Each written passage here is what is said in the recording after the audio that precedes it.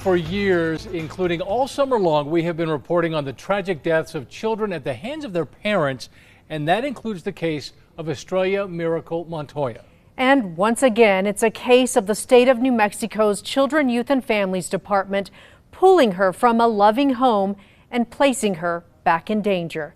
We sat down with the toddler's aunt who fostered her, saying she begged with CYFD not to put her back with their parents. They did, and less than a month later, she was dead. She loved these snacks. Becky Davis is having a tough time coming to grips with the loss of her 1.5-year-old great niece. She can't even bear tossing her snacks. I know I should throw them away already, but Estrella Miracle Montoya was born in 2024. She weighed just 1 pound. She had drugs in her system, yes. And so she was very premature, too. She was 24 weeks premature. Davis says she had meth, cocaine, and heroin in her system. Estrella spent her first 5 months in the hospital, mostly alone.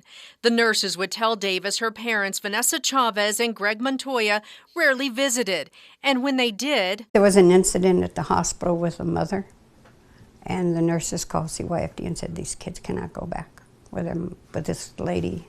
Davis, a nurse, was called on to foster Estrella and her 7-year-old brother in July of 2024. She says after police had to break up a fight between the parents in the hospital. I have a picture of her in there sticking her head out that hole, playing, and she was trying to reach the toys. She loved her glasses. She would sit there and play with her glasses and her fire engine and her beads.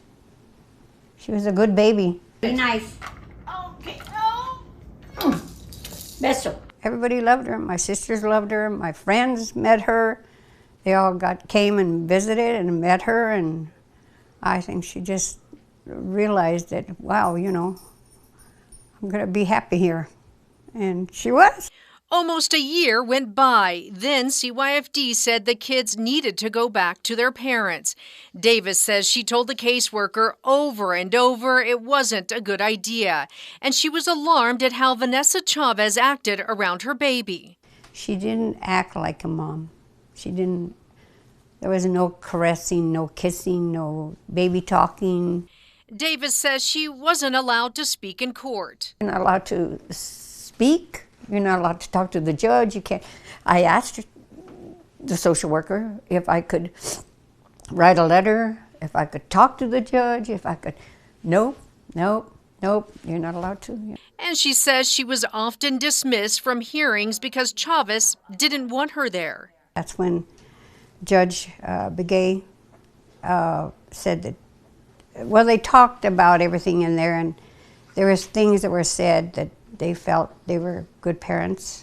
Davis says despite the parents not following all the guidelines such as counseling and home visits, the kids were placed back with their parents. And then 20 days later, she's dead. Police were called to this Albuquerque home in August. I don't know what happened. Police say Vanessa Chavez tried to lie about what happened to Estrella, and a judge was not buying her claims the bruises came from falling, holding up photos of a badly bruised Estrella during court. Her brother would tell police his mother was bad to his sister and slammed her into the wall. He said he watched his mother kill his sister. I told you people not to let her go back. I begged you people not to let her go back. I begged you. The social worker, I don't know how many times I told her, this is not a good fit. Chavez also made other claims saying Estrella had behavioral issues. She pulls her hair out. She falls and hits her head on the floor, or she slams her head on the wall. Davis doesn't believe any of it, saying Estrella never did any of that at her home, and pointing out this cell phone video of a happy Estrella the day she had to go back to her parents.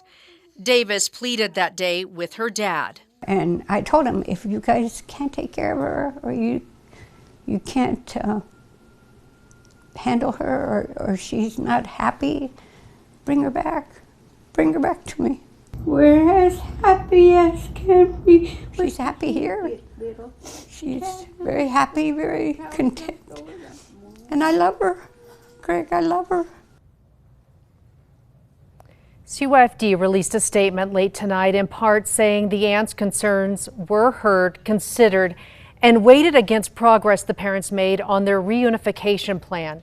It went on to say CYFD, along with the parents' attorneys and a judge, all determined to allow the kids to return to their parents after the couple had met the obligations of their court-ordered treatment plan. CYFD also says it took disciplinary action against the staff involved in this case after conducting an internal investigation and finding procedural deficiencies.